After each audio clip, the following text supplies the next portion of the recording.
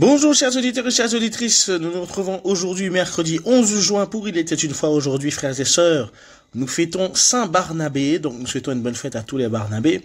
Nous allons, frères et sœurs, méditer sur l'évangile tiré selon donc de l'évangile de Saint Matthieu, chapitre 5, les versets 17 à 19. En ce temps-là, Jésus disait à ses disciples, « Ne pensez pas que je sois venu abolir la loi ou les prophètes. Je ne suis pas venu abolir, mais accomplir. Amen, je vous le dis, avant que le ciel et la terre disparaissent, pas un seul iota, pas un seul trait ne disparaîtra de la loi jusqu'à ce que tout se réalise. Donc celui qui rejettera un seul de ces plus petits commandements et qui enseignera aux hommes à faire ainsi sera déclaré le plus petit dans le royaume des cieux.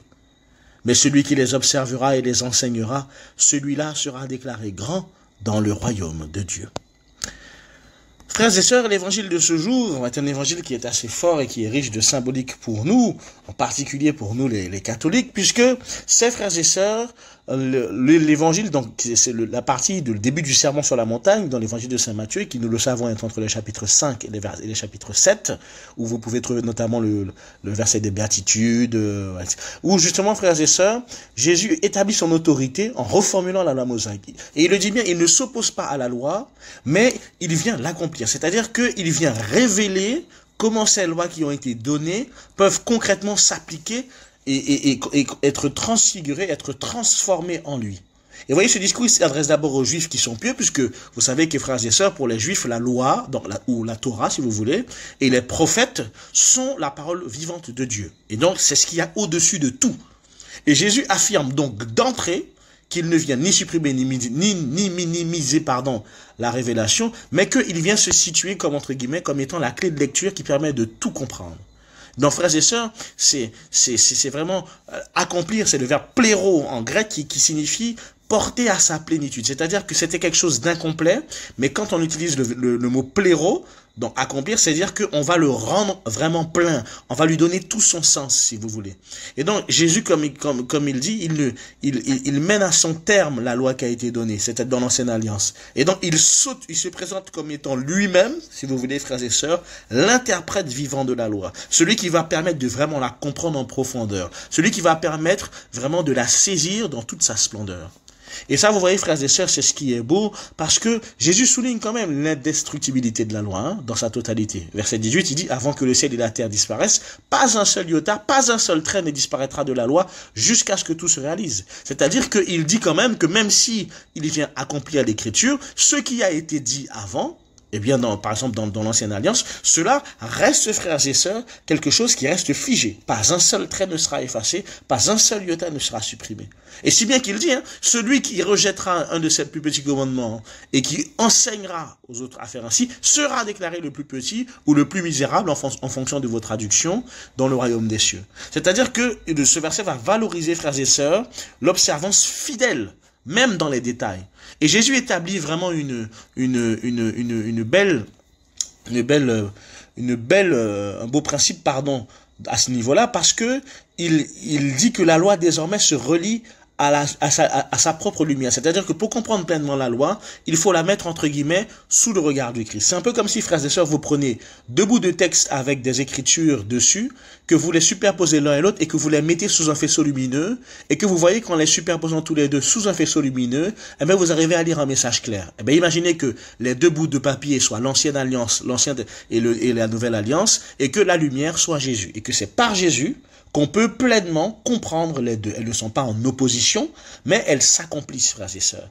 Et donc, typiquement, dans une loi qui est accomplie, eh bien, Jésus, du coup, va dire, moi je vous dis. C'est-à-dire que il se positionne comme étant donc celui qui va, donc je vous l'ai dit, l'interpréter.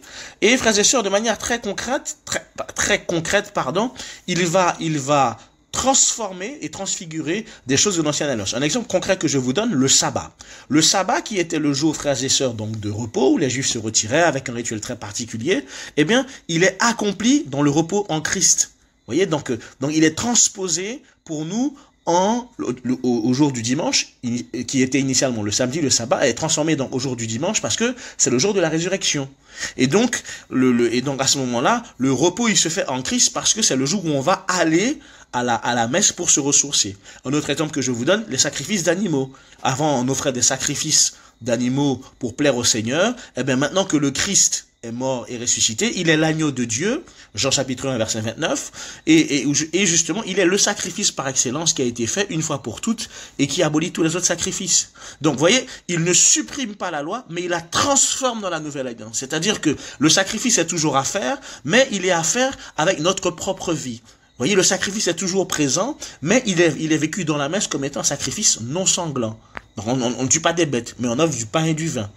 Et donc, frères et sœurs, pour mieux comprendre ce que je dis, il faut bien comprendre que la loi, pour les Juifs, se décompose en trois choses. Et c'est les pères de l'Église, notamment saint Thomas d'Aquin, qui diront ça, c'est qu'il y a d'abord la loi morale, qui est la loi universelle, qui est inscrite dans le cœur de tout le monde. Donc, par exemple, les 10 commandements, frères et sœurs, c'est une loi morale. C'est-à-dire que dans tout ce qui est écrit dans les 10 commandements, que ce soit ancienne ou nouvelle alliance, c'est universel et donc ça perdure. Donc même si c'est l'Ancien Testament, ça ne veut pas dire que comme c'est l'Ancien Testament, il faut pas le respecter. Et je le dis parce que certains chrétiens parfois le disent. Ah oui, mais c'est l'Ancien Testament, on n'est plus obligé d'obéir. Non, frères et sœurs. C'est pour ça que je dis c'est important de faire la distinction. Une loi morale universelle, Ancien Testament ou pas Ancien Testament, reste applicable. Ça reste toujours mal de mentir, ça reste toujours mal de voler, même si, frères et sœurs, c'est dans le livre de l'Exode et que c'est dans l'Ancienne Alliance.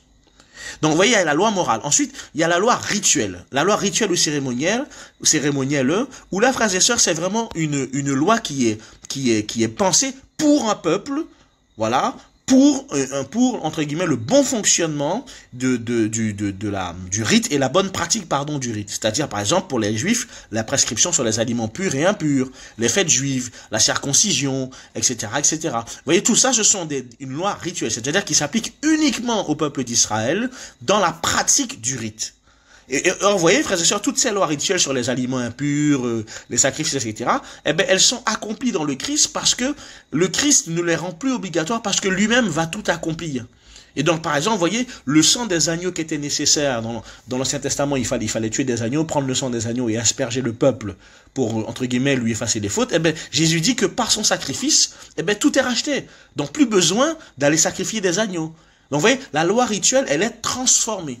Et puis, il y a le dernier point, la loi morale universelle, la loi rituelle et la loi judiciaire. La loi judiciaire, c'est la loi qui régissait la vie politique d'Israël. Par exemple, la peine pour les adultères, le nombre de coups de bâton que l'on reçoit, le type de procès, le type de dette. Et cette loi-là, frères et sœurs, eh bien, évidemment qu'aujourd'hui, elle n'est pas applicable en tant que telle dans les États chrétiens. Même si vous vivez dans un pays chrétien ou catholique ou ce que vous voulez, eh ben, on va pas vous donner 39 coups de bâton parce que vous n'avez pas respecter un des principes du sabbat. Ça n'est plus applicable. Et donc, comment faire la jonction entre les deux en tant que chrétiens, frères et sœurs? Eh bien, tout ce qui annonçait le Christ, c'est accompli en lui, frères et sœurs. Et donc, comme je vous l'ai dit, une illustration très claire de cela, la circoncision, par exemple, c'est une loi rituelle. Donc, toutes les lois rituelles, frères et sœurs, sont transfigurées dans le Christ. Les lois morales, comme je vous l'ai dit, elles perdurent, dans les 10 commandements, par exemple, mais toutes les lois rituelles ou cérémonielles sont abolies et accomplies en Christ. Vous voyez, la circoncision qui était le rite d'entrée pour appartenir au peuple et donc recevoir l'alliance, aujourd'hui est transfigurée comme étant le baptême. Vous voyez, dans la nouvelle alliance, c'est le baptême qui accomplit sa signification profonde d'appartenance à Dieu. Un autre exemple que je vous donne, par exemple, l'impureté. Dans l'ancienne alliance, si par exemple vous touchiez un mort, eh bien vous étiez impur. Eh bien là, Jésus, qu'est-ce qu'il va faire? Jésus va toucher les morts, Lazare par exemple, il va toucher les lépreux, il va toucher les malades pour les rendre purs.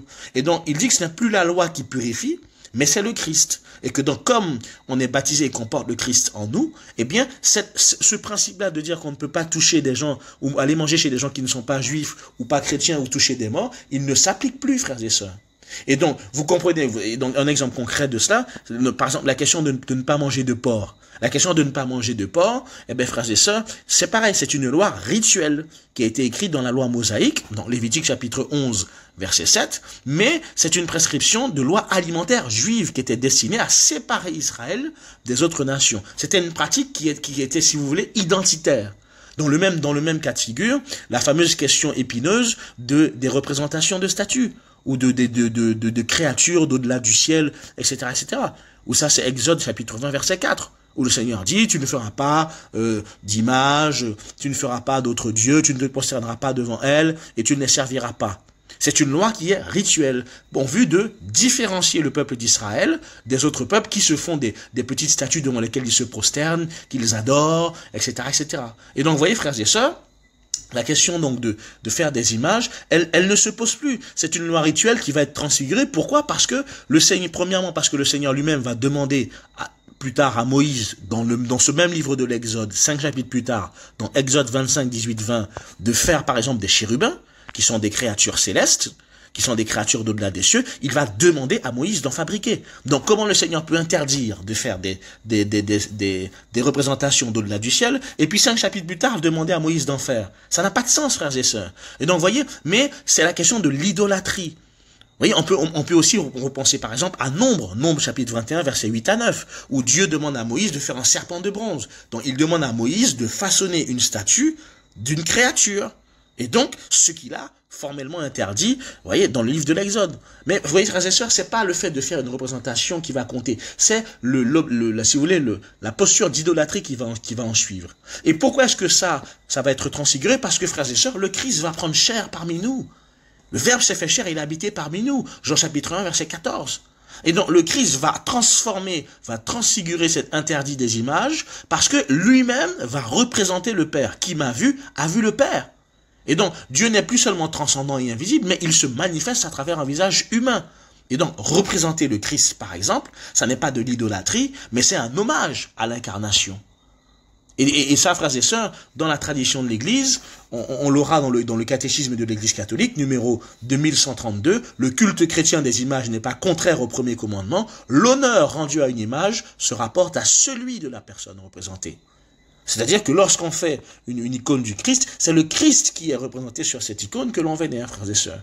Donc, vous voyez, la question de faire des statues, c'était une loi rituelle qui avait pour but donc de différencier le peuple d'Israël des autres peuples. Mais, comme je vous l'ai dit, cela a été transfiguré en Christ. Donc, c'est en ça que, frères et sœurs, le Christ dit, il est venu accomplir. C'est-à-dire qu'il est venu redonner le sens profond et plein de toutes ces choses, de toutes ces choses qui avaient été établies de manière parfois fixe ou de manière parfois temporaire pour protéger en fait Israël, le peuple d'Israël de l'idolâtrie. Mais maintenant, vous voyez, frères et sœurs, par exemple, l'élection, la thématique de l'élection, par exemple, aujourd'hui, il n'y a plus d'élection d'un peuple particulier. C'est que tout le monde est appelé à la sainteté. Tout le monde, par le baptême, peut faire partie du peuple de Dieu. Et plus seulement un peuple qui est le peuple d'Israël. Vous voyez, c'est ça. Encore une fois, le Christ a transfiguré aussi cette loi, cette promesse. Vous voyez, frères et sœurs, donc c'est plus ce qui fait la sainteté, c'est plus ce qu'il mange de pur, d'impur, de représentation, pas de représentation, mais la charité vivante et la foi en Christ. Donc c'est pour ça que, frères et sœurs, voilà, le Christ dit, je suis venu non pas abolir, mais accomplir. Donc, frères et sœurs, j'ai conscience que j'ai été un peu vite et que bon, ça a été peut-être un peu indigeste pour certains, parce qu'on a un peu augmenté le niveau. Mais, frères et sœurs, j'ai trouvé important de bien faire cette distinction-là parce que, voilà, il ne faut pas tomber, frères et sœurs, comme je disais, dans le fait de dire, comme c'est l'Ancien Testament, il faut tout jeter, et puis du coup, on prend que le Nouveau Testament. Attention, frères et sœurs, à la façon dont nous lisons la Bible, dont nous l'interprétons, et dont nous mettons en rapport l'Ancien et le Nouveau Testament. Parce que le Christ, frères et sœurs, est venu transfigurer les choses qui nous séparaient pour que, justement, nous puissions tous être unis en lui. Alors que le Seigneur nous donne, frères et sœurs, à chacun et à chacune d'entre nous, de pleinement vivre, voilà, de cette nouvelle alliance qu'il nous a donnée, qu'elle soit notre nourriture et notre force au jour le jour, et que nous puissions pleinement l'appliquer dans notre quotidien pour vivre cette sainteté au nom du Père et du Fils et du Saint-Esprit. Amen.